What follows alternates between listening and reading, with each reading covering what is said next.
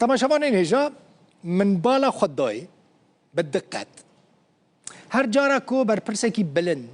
یه سوریه به تایبتی سربازی عسکری چویا ترکیه ده همان دمه دا اسرائیل جایی که گله که گرینگ ین سوری بمباران کریه جناف بریه به تایبتی او جهن گوجه آلی ترکیه و استراتژیکن یا جی ترکیه او جهن سربازی آوا کرنه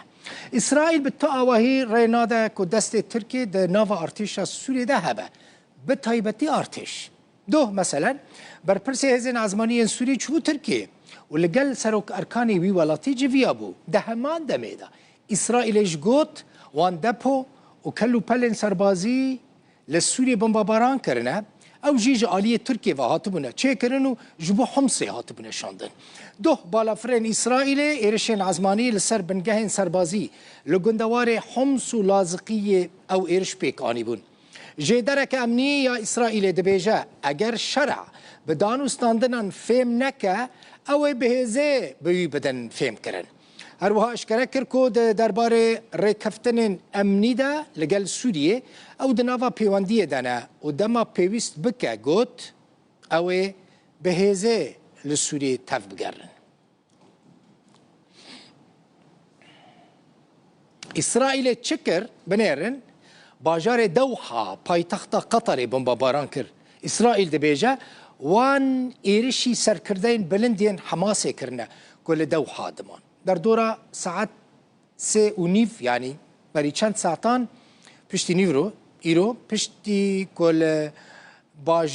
باجار دوحه تقینه که مزن هاتا بهیستن اشکره بو که او ایرشک عزمانی یا اسرائیل بویا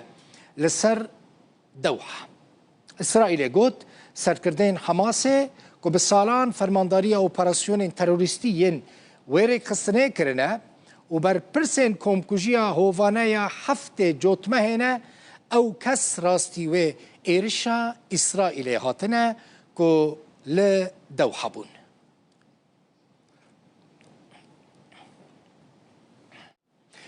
بنیامین نتانیاهو سروک وزیر اسرائیل دا اخفل تماشا بکن دەکرێت دەستبەجێ کۆتایی پێبێت دەکرێت دەستبەجێ کۆتایی بێت چونکە ئێمە دەستپێشخەریمان کردووە ئێمە پرەنسیپە سەرەکیەکانمان داناوە کە ترەمپ پێشنیازی کردو بۆ کۆتایی هاتنی ئەو جەنگە کە بریتە لە ڕزگارکردنی هەموو دیلەکانمان هەروە ئەو پرەنسیپانەی کە ئیسرائیل دایناوە بۆ کۆتایی هاتنی ئەو جەنگە ئەو بکوژانەی کە ئەمڕۆ هێرشەمان کردە سەریان ئەوان دەستپێشخەریان کرد و خەڵکیان نارد و ئاهەنگیان جێڕا و کۆمەڵکوژی 7 ئۆکتۆبەریان کرد و ئاهەنگیان جێڕا لە هەمان ئەو شوێنەی کە ئێمە ئەمڕۆ پێیگەیشتوین کاتێک کە موشکمان بۆ ناردن بۆ هیچ کەسێک دەربازی نابێت لەو کۆمەڵکوژیەی کە ئەنجام دراوە من وەکو سەرۆک وەزیران چەخ لەسەرەوە دەکەمەوە کە لێ پرسینەوە لەگەڵ بکوژەکان دەکەین بۆ ئەوەی ئارامی و سەقامگیری بۆ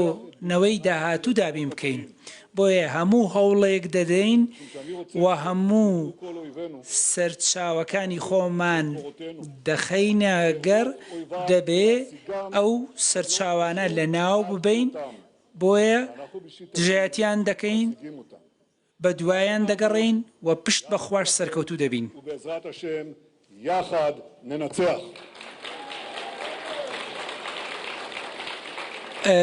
ژمارەیەکی زۆر لە سەربەزانی ئیسرائیلی کوژراون بەڕاستی حەماس بەو پەڕیشانازیەوە دوو کردەوە تیرۆریستەکەی کردە ئامانج و نیوەڕۆی ئەمڕۆ ئێمە کۆمەڵامنیەکانمان کۆ کردەوە و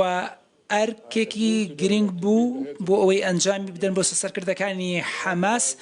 ئەمانە هەمان ئەو تیرۆریستانانە کە سەرکردایەتی تیرۆر دەکەن و ئەوانە ئاهەنگیان جێڕا بەو کۆمەڵکوژیەی کە لە 7 ئۆکتۆبەر کرا کە 1100 کەسیان کوشت و دەستدرێژیان کردە سەر خەڵک و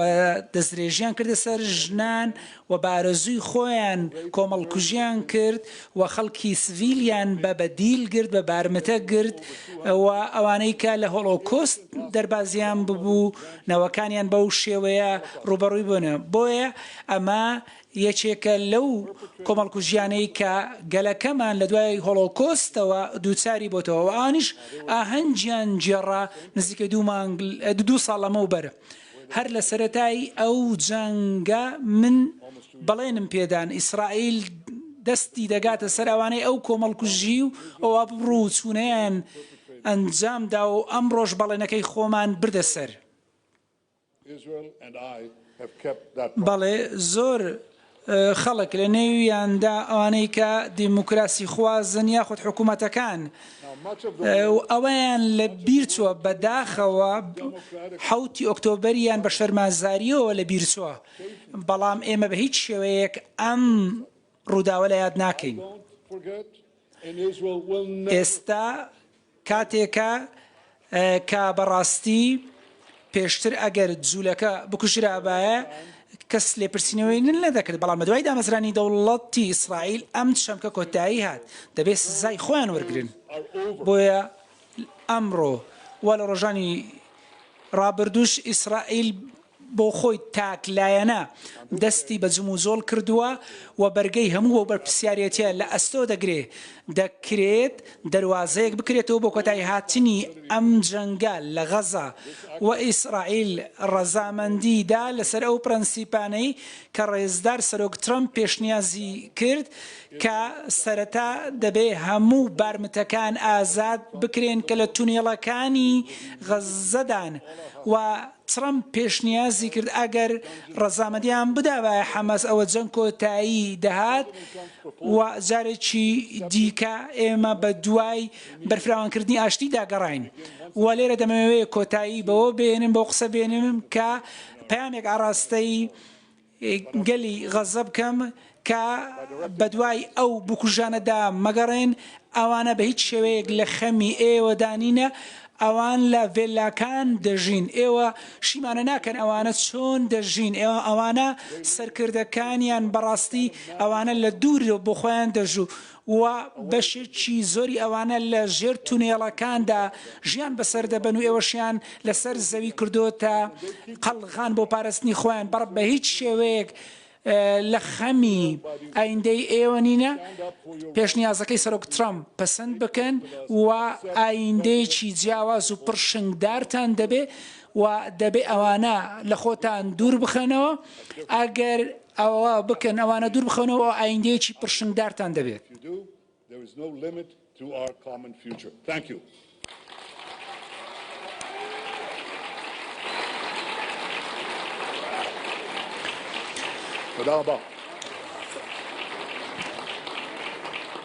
دەڵێ سەرۆک وەزیر ئیسرائیل بەنیامین نەتەنیاهو بوو گوتوی فەرمانە کوشتنە سەرکردەیەن حەماسێ دایە و لە کودەرێ بەیژدبێژێ هەوێ وان بکوژن ji ber ku wan xelkê sivîlên İsraîlê kuştine got dema berê çû ku hez xelkê Yahudî dikuştin û idî bêsûc yani azad dibûn ha nema kî Yahudiyan bikuje ew ê